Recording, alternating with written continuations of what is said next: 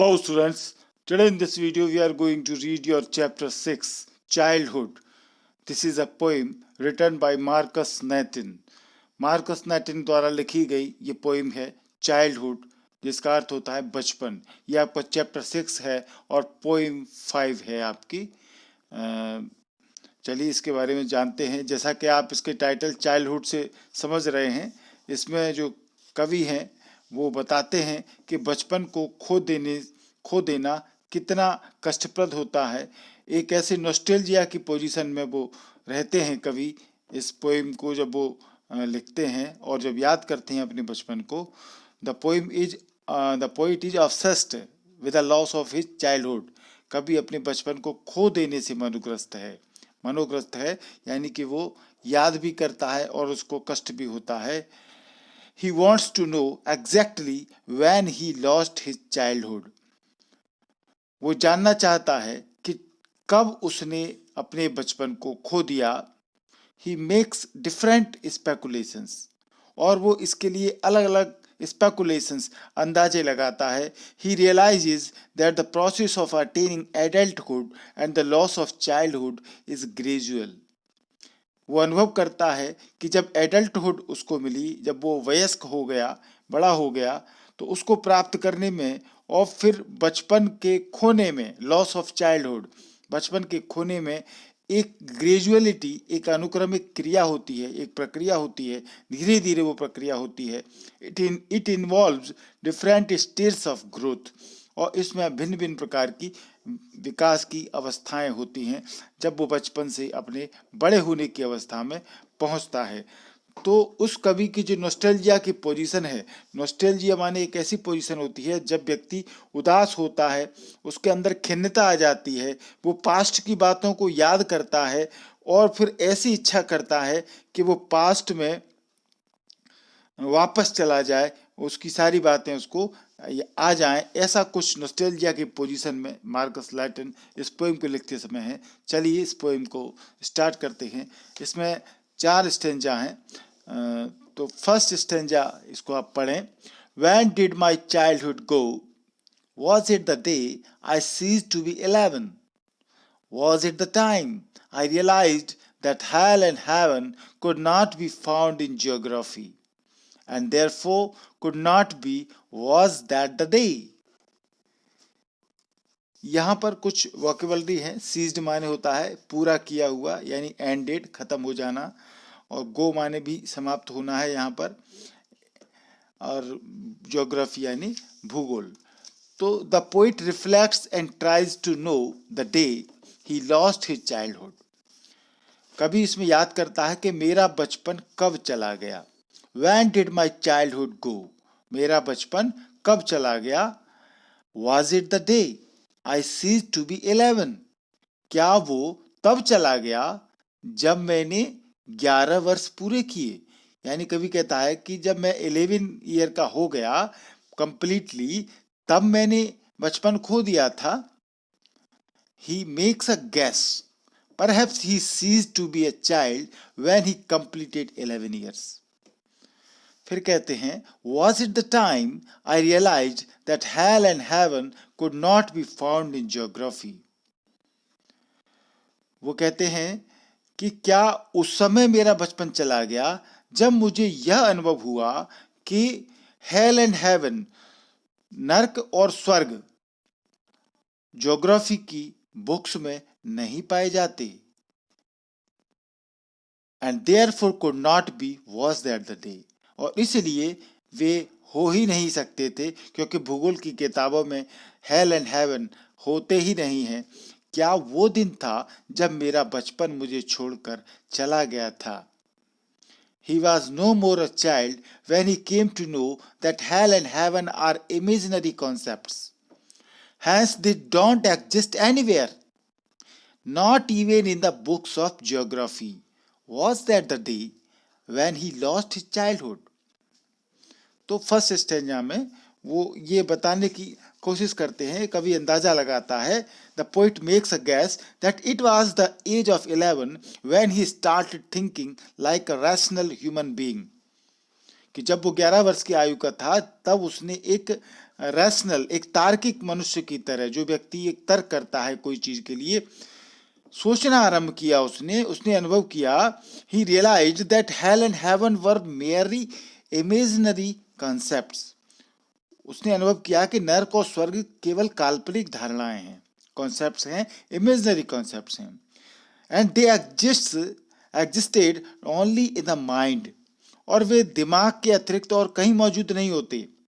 It was the time when he started distinguishing between truth and imagination, reality and fiction. ये वो समय था जब उसने सच और कल्पना, रियलिटी और इमेजिनरी, जो उसमें बीच में क्या अंतर होता है, वास्तविकता और मिथ्या, जो झूठी बातें होती हैं और रियलिटी होती है, उसमें अंतर करना उसने शुरू कर दिया था। तो ये सोचता है क्या तब मेरा बचपन चला गया।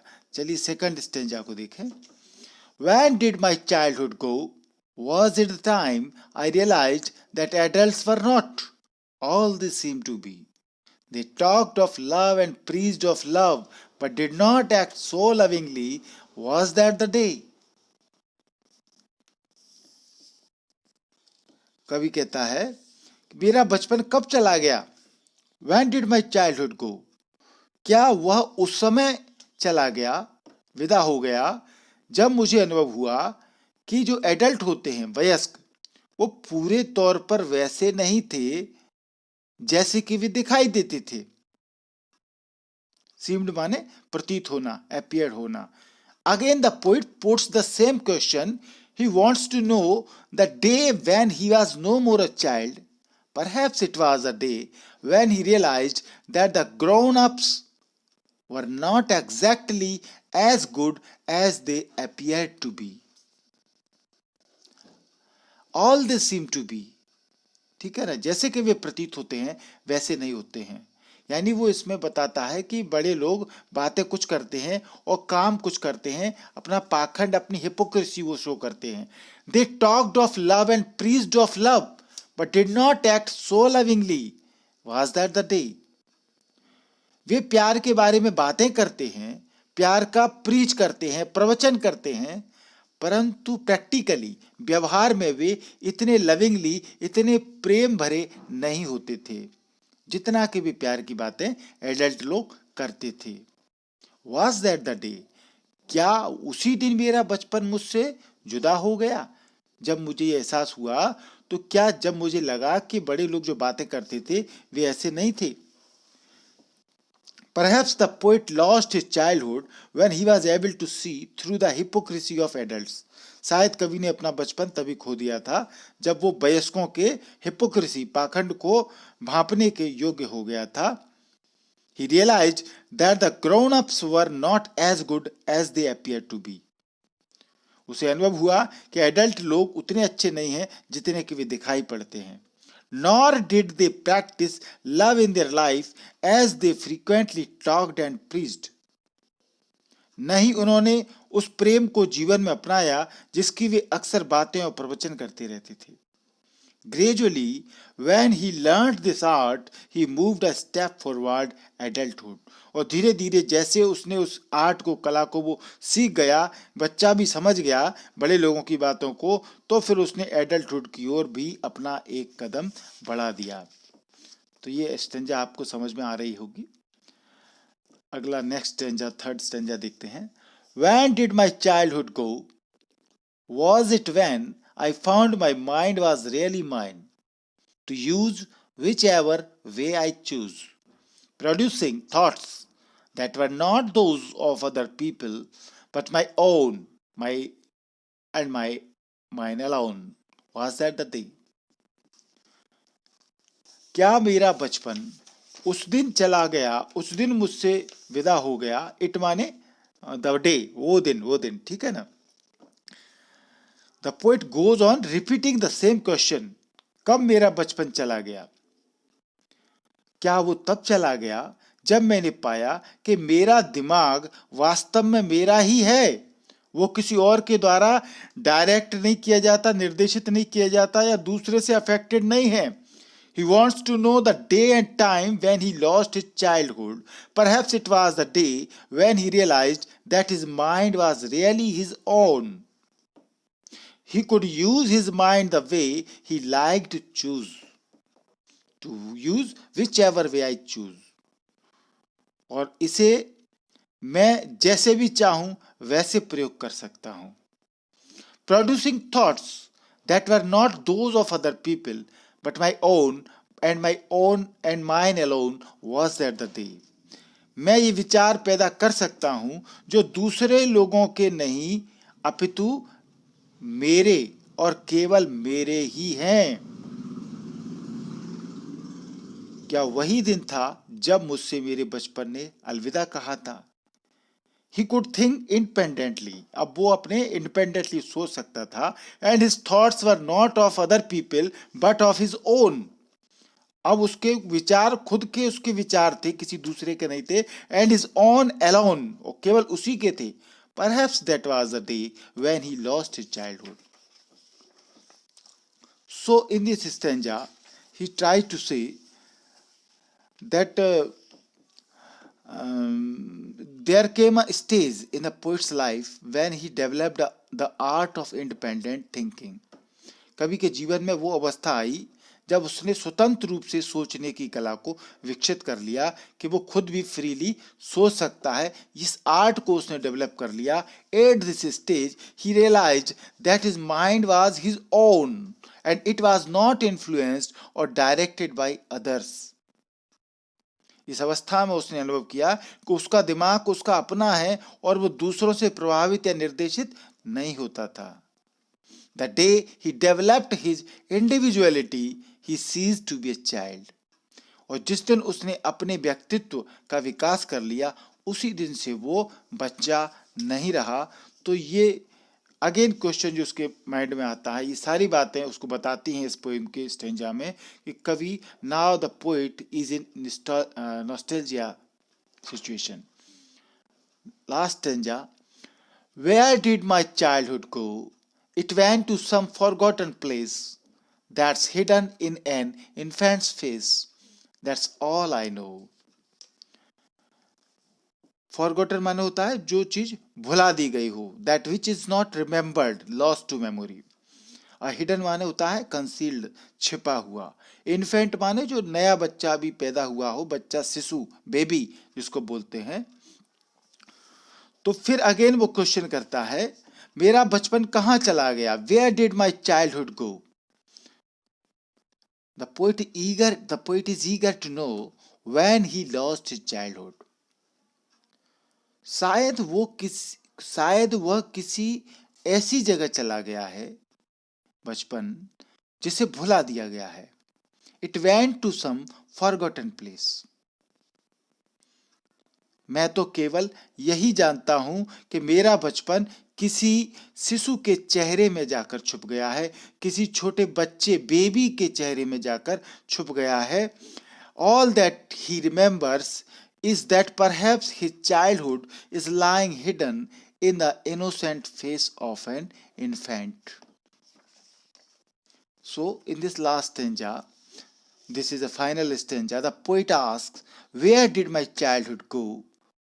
Then he comes out with an answer. Perhaps his childhood is lying hidden at a place that has been forgotten. The glimpse of his lost childhood can be seen over the innocent face of an infant. इस आखिरी stanza में कवि पूछता है मेरा बचपन कहाँ गया. फिर वो उसको खुद ही उत्तर सोच लेता है कि शायद उसका बचपन उस जगह छिपा पड़ा है जिसे भुला दिया गया है. उसके खोए हुए बचपन की एक झलक, एक ग्लिम्प्स, एक इन्फेंट, एक शिशु, एक बेबी के मासूम चेहरे, उसके इनोसेंट फेस के ऊपर देखी जा सकती है. तो ये पोएम आपको समझ में आई होगी. चलिए इसके क्वेश्चन आंसर्स को देखते हैं. फर्स्ट क्वेश्चन है identify the stanza that talks of each of the following. उस स्टेंजा को हमें आइडेंटिफाई करना है जिसमें कि ये 3 वर्ड जो दिए हैं इनकी बात की गई हो. इंडिविजुअलिटी, रैशनलिज्म और हिपोक्रेसी. ये जो है इंडिविजुअलिटी यानी व्यक्तित्व की पहचान करना खुद को, रैशनलिज्म माने तार्किक बुद्धि आ जाना, दिमाग आ जाना, और हिपोक्रेसी पाखंड। तो इंडिविजुअलिटी शो की है स्टेंजा थर्ड में, when did my childhood go, was it when I found my mind was really mine to use whichever way I choose, producing thoughts that were not those of other people but my own and mine alone, was that the thing। Rationalism जो है तार्किक लॉजिकता आना दिमाग में, ये stanza number first में बताई है। जब वो ये कहता है कि मैं 11 साल का हो गया हूँ, was it the day I ceased to be 11, was it the time I realized that hell and heaven could not be found in geography and therefore could not be, was that the day। Hypocrisy, जब उसको पता लगता है कि बड़े लोग जो कहते हैं वो बातें पाखंड हैं, वो जो कहते हैं वैसा करते नहीं हैं, प्यार की बातें करते हैं पर प्यार नहीं करते हैं, उसे लगता है ज़्यादा डांटते हैं। तो इस सेकंड स्टेंजा में इसको बताया गया है, when did my childhood go, was it the time I realized that adults were not all they seemed to be. They talked of love and preached of love but did not act so lovingly। Question 2 देखें, What according to the poem is involved in the process of growing up। बड़े होने की जो अवस्था होती है, जब व्यक्ति धीरे धीरे ग्रो अप होता है, तो पोइम के अनुसार क्या क्या बातें इन्वॉल्व होती हैं, क्या क्या बातें शामिल होती हैं उसके बड़े होने में।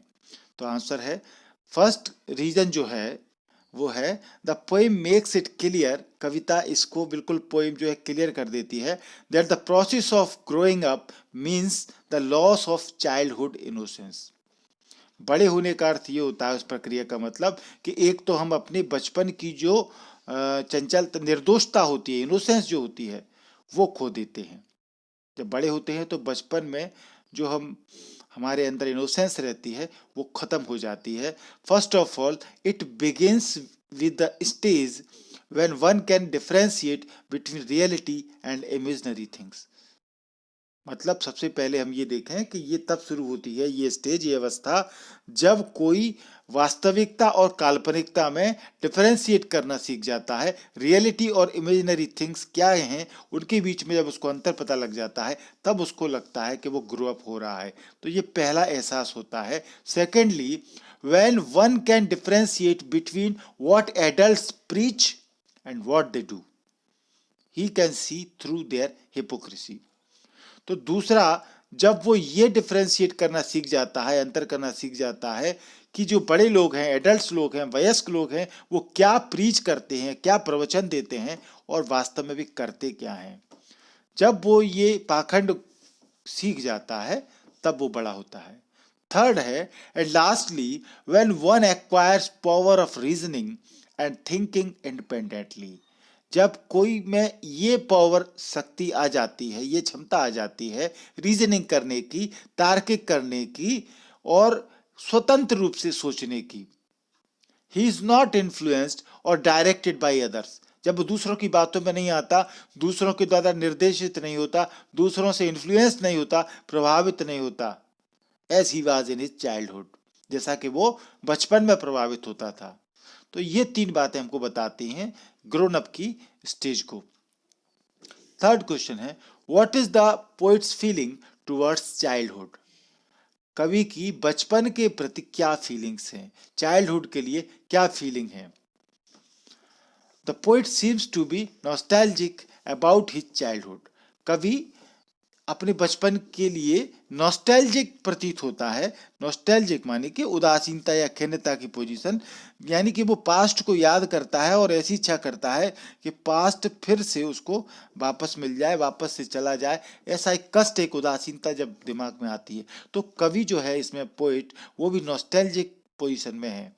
But it has been lost and will not come back. वो जानता है कि ये बचपन खो गया है और कभी वापस नहीं आएगा। He seems to suffer from a sense of loss। उसे बचपन के खो जाने का सेंस है, एहसास है, वो कष्ट में प्रतीत होता है। He believes that childhood is a period of simplicity and innocence। वो विश्वास करता है कि चाइल्डहुड जो बचपन का पीरियड है, अवस्था, वो बिल्कुल सिंपल, सादा होती है, निर्दोष होती है, दोष रहित रहती है, इनोसेंस रहती है। It is in childhood that one takes others at their face value। ये बचपन ही होता है जब कोई दूसरे को उसकी फेस वैल्यू से पहचानता है, यानी कि किसी के चेहरे पर प्यार दिखता है तो बच्चा उस प्यार में खो जाता है, उसका हो जाता है। जब उसको प्यार नहीं मिलता तो वो उस बात को भी नहीं समझ पाता कि कोई सामने वाला झूठा प्यार कर रहा है या सच्चा प्यार कर रहा है। फोर्थ क्वेश्चन है, which do you think are the most poetic lines, why? आप क्या सोचते हैं कि सबसे अच्छी पोएटिक लाइन्स कौन सी आपको लगी और क्यों लगी? इस पूरे 4 स्टेंजा में कौन सी पोएटिक लाइन्स, कौन सा स्टेंजा आपको अच्छा लगा? The most poetic lines in the poem are, सबसे अच्छी जो पोएटिक लाइन्स हैं वो लास्ट स्टेंजा है आपकी स्क्रीन पर। Where did my childhood go, it went to some forgotten place that's hidden in an infant's face, that's all I know. These lines form a rhyming scheme. इन लाइनों में एक rhyming scheme भी मिलती है। इन these lines go rhymes with no, यानी कि जो गो इस स्टेंजा में लाइन में आखिरी में गो आता है ऐसे नो, तो राइमिंग स्कीम बनती है। And place rhymes with face, और प्लेस फेस से राइम करता है। These lines draw our attention to the face of an infant, और ये लाइनें हमारा ध्यान आकर्षित करती हैं एक ऐसे शिशु, एक इन्फेंट, एक नवजात बच्चे, एक बेबी के चेहरे की तरफ ये लाइनें हमको ले जाती हैं। If we are looking for innocence in the world, दुनिया में जब हम कोई भी बिल्कुल इनोसेंस बात की चर्चा करें तो हमें बच्चे का, शिशु का, बेबी का चेहरा ही ऐसा दिखता है। तो ये लाइनें बहुत ही अच्छी लगती हैं क्योंकि वो हमें बचपन से भी और बेबी, बचपन, इन्फेंट अवस्था तक ले जाती हैं, तो इसीलिए कभी भी उस नॉस्टैल्जिक पोजीशन में पहुंच जाता है। Thank you. आपको वीडियो अच्छा लगा, आपने पूरा वीडियो देखा। चैनल को यदि आपने सब्सक्राइब नहीं किया है तो सब्सक्राइब करें, इस तरह के लेसन हम आपको लाते रहेंगे। सब्सक्राइब करने के लिए आपको अपने मोबाइल में ये लाल कलर से सब्सक्राइब लिखा हुआ दिख रहा होगा, ध्यान से देखें। इसको आप टच करेंगे तो ये इस तरीके से व्हाइट कलर में बदल जाएगा। चैनल सब्सक्राइब हो चुका है। बगल में बेल आइकॉन है, इसको दबाना न भूलें। 3 ऑप्शन आएंगे, इसमें सबसे ऊपर के ऑप्शन ऑल को आप दबाएंगे तो मैं जो भी वीडियो बनाऊंगा वो तुरंत आपके मोबाइल में नोटिफिकेशन के रूप में पहुंच जाएगा। यदि आपको इसी तरह के अन्य वीडियो चाहिए, grammar related, writing skill related, text related, सारे वीडियो की हमने प्लेलिस्ट बना रखी है। आप इस प्लेलिस्ट में जाएंगे तो आपको जो भी चाहिए वो वीडियो आपको मिल जाएंगे। इस वीडियो को आपने पूरा देखा, धन्यवाद, थैंक यू।